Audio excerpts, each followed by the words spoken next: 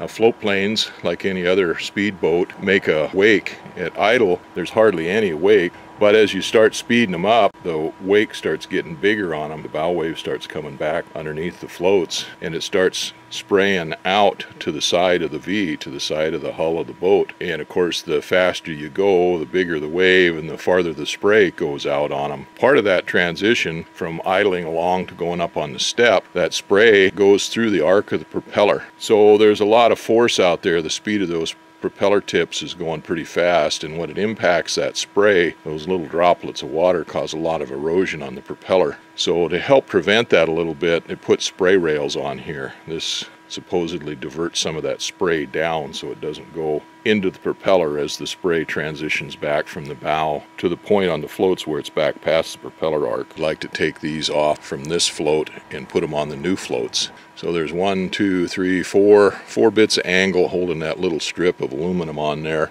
on each float, and they're held on with 3 rivets each. So I'm going to go get my drill motor and drill those rivets out and take those plates off, and we'll figure out if we can get them onto that new set of floats. Well, it's a nice day today. It's already 70 degrees out here, while it was supposed to get to 63 or 64. We'll probably get 75 or better here. And we're supposed to have 2 nice days in a row. I'll take advantage of these nice days to work on the floats outside. I've got a couple more things to do on them before I roll them over and start putting them together. The first thing I'm going to do is to mount those spray rails up there. I took those spray rails off of the old floats. Well, they're mounted on the outside row of rivets on the chine, and there's 4 bulb angles there that mount to the chine, and then the spray rails mount to that. Now, unfortunately, these are not CNC machined or anything. The spray rails are not punched out with a CNC machine, so every set of floats is slightly different. So I was trying to match those up, and I can get 2 of those brackets to match up with the rivets on the chine, and then the other 2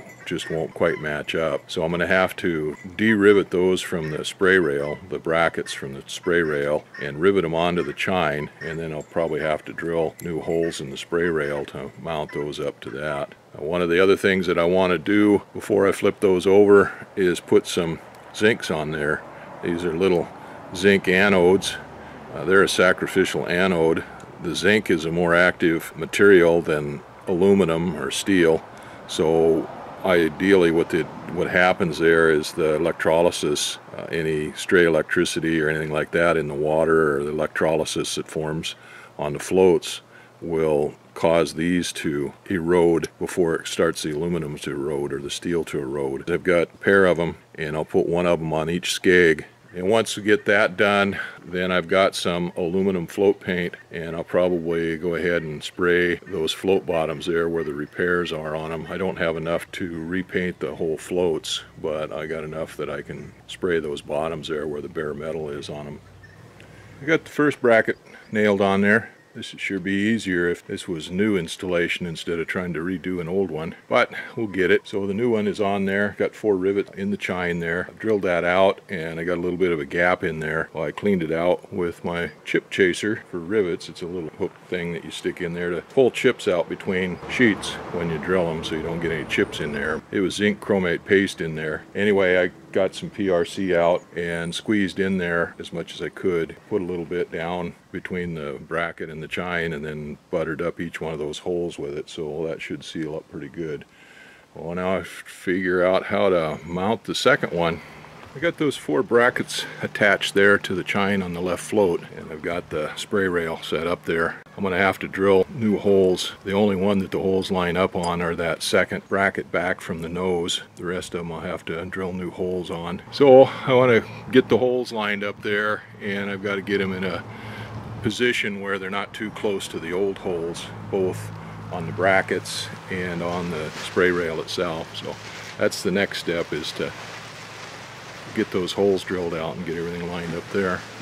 That spray rail is firmly attached to that left float. And I cleaned the face of those up, that spray rail and those brackets, and then I went ahead and put some PRC 5200 on there, not because it needs it to seal it up and waterproof the float, because that portion of it is standing proud of the float, but by putting a PRC 5200 on there, that'll act as a dielectric, an insulator between that spray rail and those brackets. It'll seal it up so no water can get in there between those and cause any corrosion, hopefully. And then I used it to fill in the empty rivet holes so water can't collect in those, and that'll help glue that down a little bit too, stiffen it up a little bit.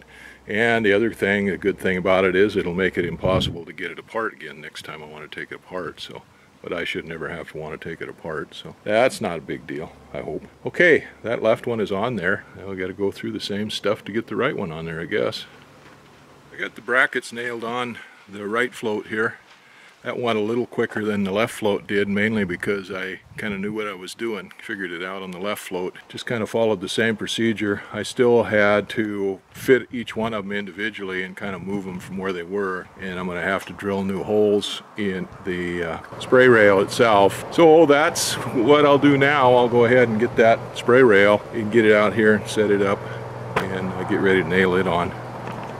Well, that spray rail is on the right float now. That's all attached. I did it exactly the same way I did the left float. So the spray rails are attached, both of them, right and left. It took me longer than I anticipated, but it's done now. So the day is done. So tomorrow I'll go ahead and put those zincs on there, and then we'll see what we do from there. I want to make sure it got good and dry. I don't have much of that float paint left, but I want to paint at least the patch that I put on that left float, or the two patches that I put on the left float.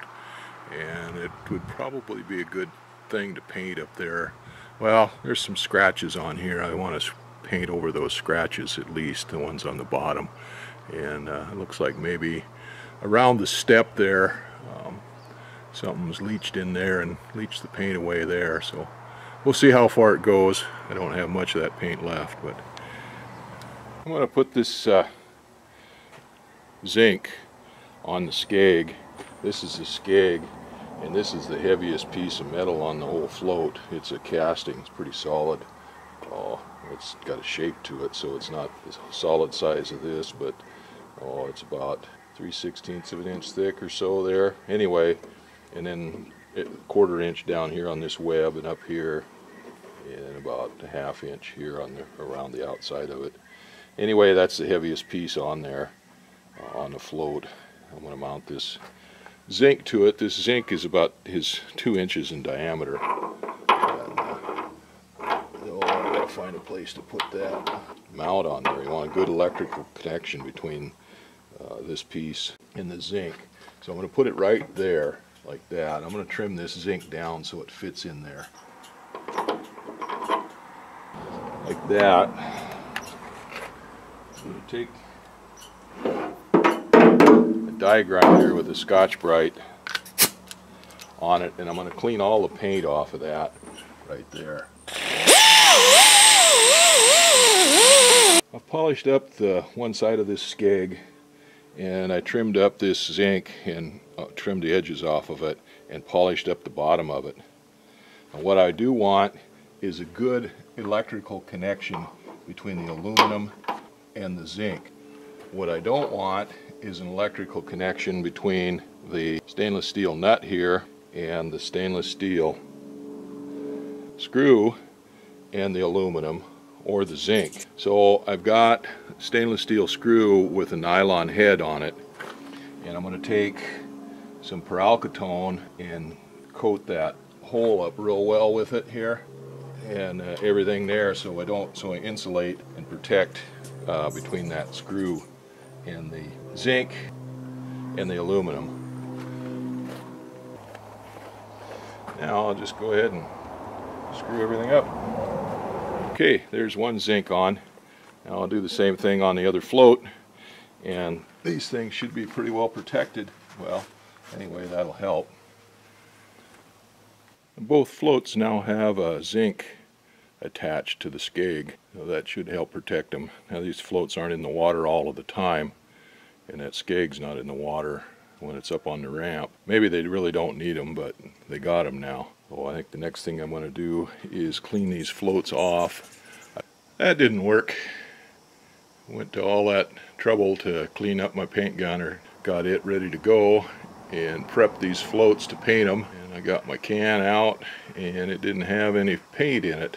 I'd used it all up the last time and then put some lacquer thinner in there to wash the can out with, and I thought it was sloshing around with some paint, but it's just lacquer thinner, and that won't go very far on covering that bottoms, so that's a bust. And there's no place around here to get any of that kind of paint. It'd take 2 weeks to get some from down south and cost a fortune to have it shipped, so that's not going to happen right now.